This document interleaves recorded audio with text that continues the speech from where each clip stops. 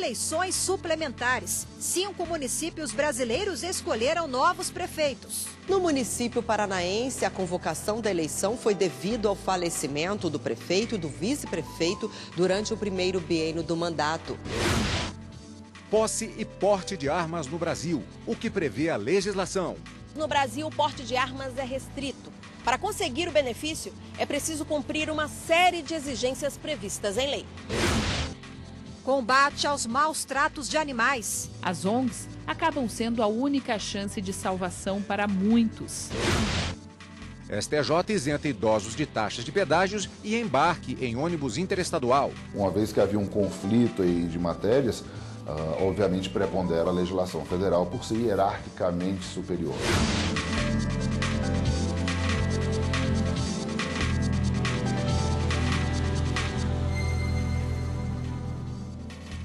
Olá, boa tarde. Boa tarde. Eleitores de 5 municípios brasileiros definiram seus novos prefeitos neste domingo em eleições suplementares. Confira agora os resultados. Eleitores de Cabedelo, na Paraíba, elegeram Vitor Hugo como novo prefeito. Em São Paulo, 3 municípios foram às urnas. Em Cajamar, Danilo João foi eleito com a maioria dos votos. Em Lagoinha, o novo prefeito é Tiago Magno. Já em Macaubal, Vanderlei Melhado foi o escolhido pelos eleitores.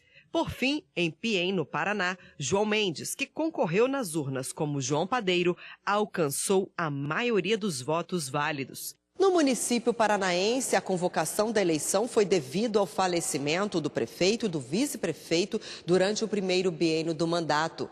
Já nos municípios paulistanos, a causa foi a cassação do mandato dos prefeitos eleitos em 2016. E na Paraíba, a razão foi a renúncia do então prefeito, preso em operação da Polícia Federal. Em janeiro deste ano, entrou em vigor um decreto que flexibiliza a posse de arma. Mas andar armado no Brasil é proibido. Pois é, Rafaela, no Distrito Federal, um homem foi flagrado com uma espingarda calibre 12 e alegou que se envolveu em uma briga e precisava se defender. Só que o problema é o seguinte, o porte é restrito a policiais e área de segurança, salvo exceções autorizadas pela Polícia Federal. O Tribunal de Justiça do Distrito Federal negou recurso a um condenado em primeira instância por porte ilegal de arma de fogo de uso restrito após ter sido flagrado com uma espingarda calibre 12. O homem alegou que andava armado porque após uma briga passou a receber ameaças de morte. Mas no Brasil o porte de armas é restrito. Para conseguir o benefício é preciso cumprir uma série de exigências previstas em lei. Mas antes de falar dessas regras, é preciso fazer uma diferenciação. A posse é o direito de ter uma arma de fogo em casa ou no local de trabalho, desde que seja o responsável também pelo estabelecimento. O porte é mais amplo, permite transportar, comprar e guardar tanto a arma como munições, ou seja, andar pela rua com o objeto na cintura. Este advogado, que é também atirador credenciado pela Polícia Federal, explica que o rigor é bem maior para conceder o documento que permite o porte. O grupo autorizado é bem restrito. O porte, em regra, é proibido, salvo algumas exceções previstas na própria legislação, dentre os quais os agentes de segurança pública, previstos no artigo 144 da Constituição, e algumas outras categorias, como guardas civis, agentes de segurança de tribunais, e algumas outras que são contempladas na própria legislação. O cidadão que comprove a efetiva necessidade e os requisitos legais para a obtenção do porte de arma terá direito ao porte após o deferimento pela Polícia Federal. Quanto à posse, há uma facilidade maior em conseguir. Critérios como idade mínima de 25 anos e ter condições psicológicas para ter uma arma estão entre os principais. Inclusive, assim como o porte, continua nas mãos da Polícia Federal a decisão de conceder ou não a posse. Em janeiro deste ano, entrou em vigor o decreto que trouxe algumas alterações, como morar num lugar onde a taxa de homicídios é superior a 10 para cada 100 mil habitantes. E o prazo para a renovação passou para 10 anos. O decreto trouxe esses critérios objetivos. O que é efetiva necessidade? Que hoje vale bastante a palavra do cidadão, acredita na palavra do cidadão que diz que é necessário para ele. O decreto flexibilizou nesse sentido. Inclusive, vale uma observação, existe a possibilidade de transporte dentro de uma embalagem, por exemplo, no caso dos atiradores desportivos. É possível ter uma guia de transporte nesses casos. O porte é caracterizado exatamente pela situação em que a arma pode ser utilizada a qualquer momento. E após acordo com o Ministério Público e outros órgãos de justiça, a Vale começa a pagar indenizações pela tragédia com a barragem em Brumadinho, Minas Gerais, que ocorreu no fim de janeiro. Os valores servem para resolver os problemas emergenciais das famílias atingidas pelo rompimento da barragem 1 da mina Córrego do Feijão. Cerca de 800 moradores vão receber os recursos nesta primeira fase. Outras famílias vítimas da tragédia ainda estão sendo registradas para receber a indenização. O presidente do Supremo Tribunal Federal e do CNJ, ministro Dias Toffoli, abriu hoje em São Paulo a terceira jornada de direito da saúde, organizada pelo Conselho Nacional de Justiça. O objetivo é debater o tema e propor soluções quanto à judicialização da saúde no Brasil. No discurso de abertura, o presidente do STF disse confiar que os enunciados propostos sejam recebidos pelos operadores de direito, bem como pelos gestores do sistema de saúde. Na semana passada, o ministro Dias Toffoli participou das homenagens dos 410 anos do Tribunal de Justiça da Bahia. O ministro Dias Toffoli foi recebido pelo presidente do Tribunal de Justiça da Bahia, o desembargador Gesivaldo Brito. Na visita, o presidente do Supremo ganhou uma medalha comemorativa aos 410 anos do tribunal. Desembargadores, juízes, assessores, servidores e outros convidados acompanharam o ato. Logo depois, o ministro participou do encontro do Conselho dos Presidentes dos Tribunais de Justiça do Brasil, onde fez uma palestra com o tema Desafios do Poder Judiciário no século XXI. Os encontros do ministro Dias Toffoli buscam aumentar a integração do Poder Judiciário. O ministro Toffoli está tentando e vem conseguindo, entendeu, unir a magistratura em todo o território nacional. Entendeu? Posso dizer, ser um jovem imbuído das melhores intenções para com a magistratura, e nós temos esperança de que ele realmente consiga elevar a magistratura nacional aos píncaros da glória. A visita do ministro Dias Toffoli ao Tribunal de Justiça da Bahia encerrou o cronograma na capital baiana. Antes, o presidente do Supremo e do CNJ esteve no Tribunal Regional Eleitoral, na Justiça Federal e também no Tribunal Regional do Trabalho. Na agenda, também teve a visita ao TRT da Bahia, onde o ministro se reuniu com a presidente do regional, desembargadora Maria de Lourdes Linhares, e outros membros da Corte Trabalhista. Nesses 71 anos, da nossa Justiça do Trabalho aqui na Bahia, foi a primeira vez que um presidente do Supremo Tribunal Federal fez uma visita institucional. Eu estou visitando todos os estados do país e visitando todos os tribunais. Então, toda a capital que eu vou, passo em todos os tribunais. Tribunal Regional do Trabalho, que agora estou visitando, para ouvir as dificuldades, os problemas e também para dialogar dentro dos eixos da minha gestão, que são transparência, eficiência e responsabilidade. Esta é a 7ª capital visitada pelo presidente do STF, que durante a ida ao Regional Baiano também falou ao público do seminário Magistrados e Ética. A Justiça do Trabalho é uma especialidade da prestação jurisdicional que atua nos conflitos das relações de emprego. E, nesse sentido, ela é uma pacificadora das relações sociais. E no próximo bloco, o trabalho de uma ONG do Rio Grande do Sul que abriga cavalos vítimas de maus tratos. Atualmente vivem aqui 27 equinos. Cada um deles traz uma marca de sofrimento, de crueldade.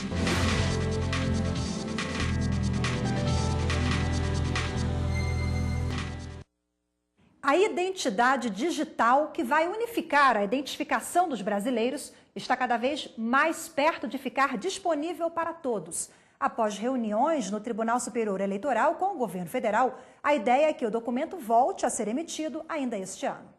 A identidade digital incluirá o cadastramento dos brasileiros em uma única base de dados mantida no TSE. A ferramenta identifica a população pelos dados biométricos, como impressões digitais e fotografia, o que garante a segurança do cadastro. E para que o projeto seja executado, uma das medidas em estudo pelo tribunal é ampliar parcerias com outros órgãos públicos, incorporando biometrias do maior número de brasileiros. Após as primeiras reuniões, TSE Ministério e Poder Executivo trabalham para definir um cronograma para as próximas etapas do projeto. O Poder Executivo tem alguns estudos prévios que acredita ter quase 6 bilhões de fraudes nos benefícios do INSS. E com essa verificação da identidade, da individualização do brasileiro, essas fraudes conseguiriam ser diminuídas. Então, há por parte do Executivo essa expectativa. Mas todo esse estudo foi um levantamento feito pelo Poder Executivo. A Procuradora-Geral da República, Raquel Dodge, apresentou ao Supremo Tribunal Federal as alegações finais de uma ação penal que tem como réus o deputado federal Vander Lubê, do PT de Mato Grosso do Sul, o cunhado dele, Ademar Chagas, e Pedro Paulo Bergamaschi. Os três respondem por lavagem de dinheiro e corrupção ativa. Os crimes são investigados pela Força-Tarefa da Operação Lava Jato. Os denunciados integravam uma organização para obter vantagens indevidas no âmbito da BR Distribuidora. E o Tribunal de Justiça do Rio Grande do Sul manteve condenação do dono de uma égua por maus tratos ao animal. A pena de 3 meses de detenção em regime semiaberto foi substituída por prestação de serviço à comunidade pelo mesmo período. Pois é, Rafaela, e infelizmente não é uma exceção, não é um caso isolado apenas. Mas ainda bem que tem pessoas que trabalham na contramão disso. No Rio Grande do Sul, a ONG Chicote Nunca Mais cuida de cavalos que chegam lá em situação muitas vezes deplorável, Rafaela. Os equinos têm sido explorados para o trabalho de forma abusiva, causando dor, angústia e morte. As ONGs acabam sendo a única chance de salvação para muitos. Nossa equipe percorreu a estrada rural da cidade de Viamão, onde fica uma das mais expressivas ONGs do estado. A ONG Chicote Nunca Mais foi fundada em 2008 e está prestes a completar 11 anos. De lá para cá, mais de 213 cavalos foram resgatados. Atualmente vivem aqui 27 equinos. Cada um deles traz uma marca de sofrimento, de crueldade, que, com muito carinho, amor e dedicação, estão sendo apagadas. Em razão de maus tratos pelo antigo dono, a égua Nani teve a bacia fraturada e o rabo quebrado. Eliane ficou cega do olho esquerdo com o uso de produto abrasivo. Lampião teve a pata deformada pelo vergalhão que foi cravado. Pé de Pano foi abandonado e também tem uma das patas tortas. Nutri foi usada para carregar carga sem ferraduras no asfalto. Os cascos gastaram até chegar na carne. Sem poder andar, apanhou com um pau para levantar, até ser resgatada. Manter os animais em perfeito estado de saúde demanda tempo, espaço e dinheiro. Mas o mais importante, sem dúvida, é o amor. A Chicote Nunca Mais se mantém com doações e a venda de produtos da loja online. Todo equino resgatado é registrado e tem todas as informações documentadas. Muitos vão ficar com a FAIR para sempre. A nossa responsabilidade não é só pegar o animal e depois, eu nem sei onde ele é cuidar dele até o final da vida.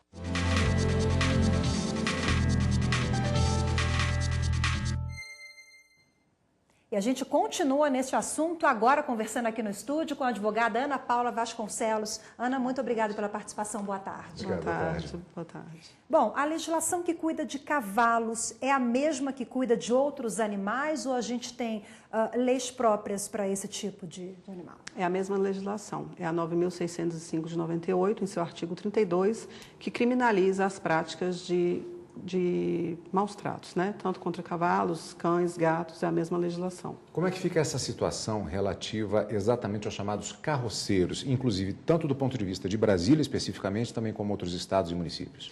Nossa legislação vem evoluindo. Em vários estados já é proibido a circulação de veículos de tração animal, uma vez que nós concluímos através de muitos estudos, muitos debates, que é impossível você manter a atividade de carroceiro sem praticar maus tratos. Carroceiro e bem-estar animal não conseguem se conciliar. Então, em vários estados já está proibido. No Distrito Federal, recentemente, a lei entrou em vigor, mas ainda não foi regulamentada. Por ser um problema social, nós precisamos que o governo, né, através da regulamentação, dê outra opção aos carroceiros.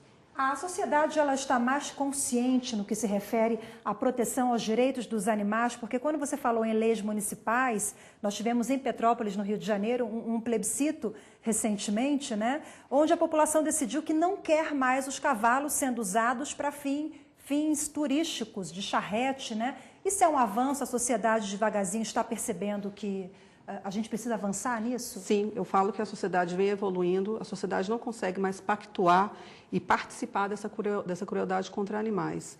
O que era normal antigamente, que era passear de charrete, ver um cavalo sofrendo, hoje em dia vem causando muito incômodo.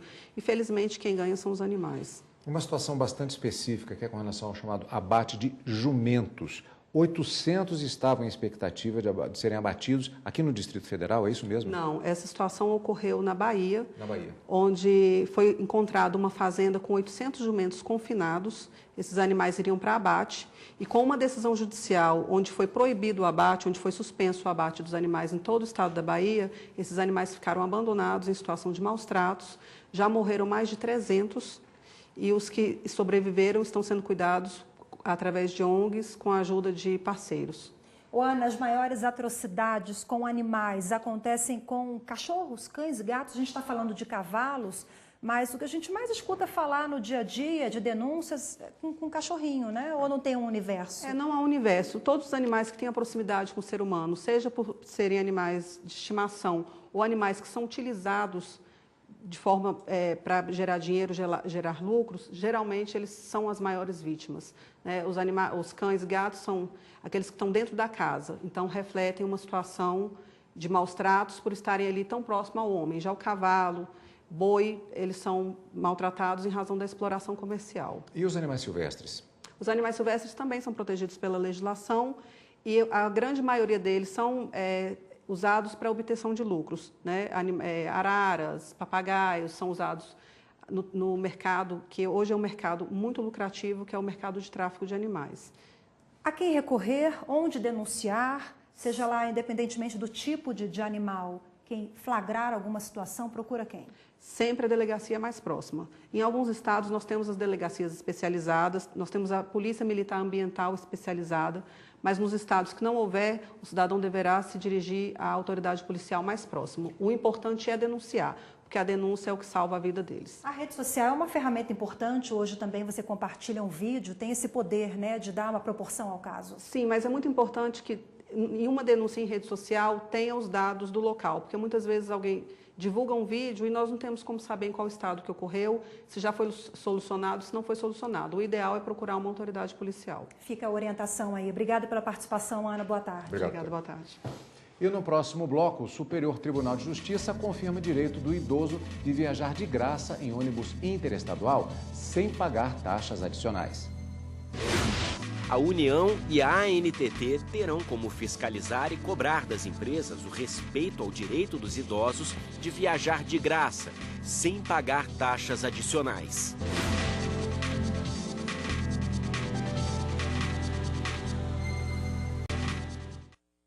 O Conselho Nacional de Justiça e o Programa das Nações Unidas para o Enfrentamento do Estado de Crise no Sistema Penal Brasileiro abriram 2 processos de manifestação de interesse relativos à biometria de presos. Os interessados devem enviar suas participações até o dia 28 próximo agora. A ideia é mapear empresas e instituições capazes de oferecer os serviços necessários para garantir que os mais de 700 mil presos do país tenham seus dados biométricos coletados até 2020. As informações adquiridas vão ajudar a equipe do CNJ-PNUD a definir detalhes do termo de referência que será aberto para a contratação dos serviços. E Alagoas será o primeiro estado brasileiro. Bom, vamos lá. Então, Alagoas, agora sim, Alagoas será o primeiro estado brasileiro a colocar em prática uma série de medidas para enfrentar a crise no sistema carcerário.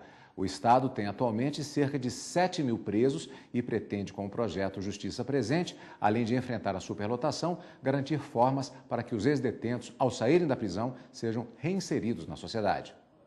Alagoas será o primeiro estado do país a implementar o projeto Justiça Presente, que se propõe a enfrentar o quadro de crise vivido no sistema carcerário.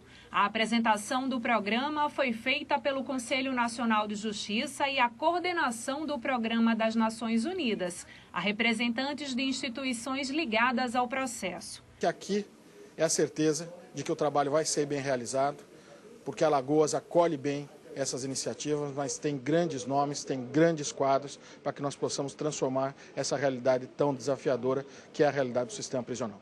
O projeto do Conselho Nacional de Justiça está dividido em 4 etapas. A primeira delas começa agora no mês de março e dará prioridade à informatização dos processos de execução penal por meio do Sistema Eletrônico de Execução Unificada, além da identificação biométrica, emissão de documentos para pessoas privadas de liberdade, iniciativas para a inserção no mercado de trabalho e o fortalecimento das audiências de custódia. As soluções elas não podem ser simplistas, elas são complexas e trazem no seu bojo a necessidade de racionalizar o uso da prisão, de garantir a reinserção social das pessoas presas, de efetivar a proporção da pena. E para isso é que nós estamos implementando esse programa, que em primeira fase tem 7 iniciativas e no total terão 18. O coordenador do Programa de Monitoramento e Fiscalização do Sistema Carcerário em Alagoas avalia que o programa vai auxiliar o trabalho com os presos no estado, que atualmente tem uma população carcerária de quase 7 mil reeducandos. O preso está recolhido, mas ele não perde a identidade. Mas hoje no sistema prisional ele chega lá, você perde a identidade, você perde inclusive a dignidade. E isso o CNJ vai, através da sua presidência, com esse projeto, ele vem nos esclarecer, vem nos orientar, vem nos aconselhar e tomar uma solução. E ele está fazendo de estado por estado. E uma empresa de vigilância e segurança em Timbó, Santa Catarina, foi responsabilizada pelo acidente de um dos empregados, apesar da culpa ser de terceiros. O vigilante entrou com uma ação na justiça contra a empresa onde trabalhava, pedindo o pagamento de indenização por danos morais, estéticos e materiais. Na reclamação trabalhista, o profissional disse que estava indo verificar o disparo de alarme numa empresa cliente, quando se chocou com restos de obra numa rodovia federal no interior de Santa Catarina. O motociclista sofreu fraturas em diferentes partes do corpo e foi aposentado por invalidez. Para o Tribunal Regional do Trabalho da 12ª Região em Santa Catarina, não há motivo para condenar a empresa de vigilância pelo acidente, e sim a responsável pelos restos de obra. O caso foi parar no Tribunal Superior do Trabalho. Na análise do recurso de revista do vigilante, o relator ministro Agra Belmonte disse que, com base no Código Civil, a atividade profissional do ex-empregado é considerada de risco. Por essa razão, o fato do acidente ter sido causado por terceiro não afasta a responsabilidade do empregador de reparar os danos causados ao motociclista. Ainda segundo o ministro, no entanto, a empresa de vigilância pode buscar o ressarcimento da indenização junto à empresa responsável pela obra, que é culpada direta pelo acidente. A decisão foi unânime. Primeira turma do Superior Tribunal de Justiça decide que idoso com direito à vaga gratuita em ônibus interestadual não precisa pagar taxas de pedágio e embarque. O recurso julgado teve origem em ação civil pública ajuizada pelo Ministério Público Federal. A União e a ANTT, a Agência Nacional de Transportes Terrestres, recorreram ao STJ na tentativa de reverter o acórdão do Tribunal Regional Federal da 4ª Região. Mas os ministros da primeira turma confirmaram a decisão do TRF4. A União e a ANTT continuam obrigadas a ajustar os autos de permissão ou de autorização das empresas de transporte interestadual em um prazo de 6 meses. Com esses ajustes, a União e a ANTT terão como fiscalizar e cobrar das empresas o respeito ao direito dos idosos de viajar de graça, sem pagar taxas adicionais. Tem vez que a gente tem precisando viajar e não tem um dinheiro e não tem grata. Se eles puderem pagar grata, tem que ser grata, eu nem a metade não. Eu não acho certo não, viu? Está cobrado? Pois é. Para a gente ter carteirinha. Porque já tem tanta coisa que a gente contribui. E ainda mais isso em cima do tão pouco que se ganha. Para o relator do recurso, o ministro Napoleão Nunes Maia Filho, a passagem gratuita não é só um direito, mas uma verdadeira garantia. Assegura a participação na comunidade, o bem-estar e a dignidade, como previsto na Constituição do país. Já em relação às despesas das empresas de transporte, o ministro lembrou que o custo é estável. Não importa se há 1 ou 2 idosos a bordo de um ônibus. O valor do pedágio é sempre o mesmo. Ao apresentar o recurso no STJ, a União e a ANTT se fundamentaram em um decreto presidencial de 2006, segundo o qual as tarifas de pedágio e uso dos terminais não estão incluídas na gratuidade. Mas, para o STJ, o decreto extrapolou o poder regulamentar e fixou restrição não prevista no Estatuto do Idoso. Este advogado explica que, por ser uma lei federal aprovada no Congresso Nacional, o Estatuto do Idoso não poderia ter sido contrariado por um decreto. No caso, a resolução ela contrariava uma lei federal, que é o Estatuto do Idoso. Então, uma vez que havia um conflito aí de matérias, obviamente prepondera a legislação federal por ser hierarquicamente superior. Repita-se, não estamos descartando a validade e a força da resolução. Mas essa força, essa validade, ela fica condicionada à sua competência de quem a edita, tá? E a não contrariar dispositivo hierarquicamente superior, como no caso uma lei federal. E o Jornal da Justiça de hoje fica por aqui. Uma excelente tarde para você e até amanhã. Obrigado pela companhia e continue com a programação da TV Justiça. Uma boa tarde e até amanhã. Tchau.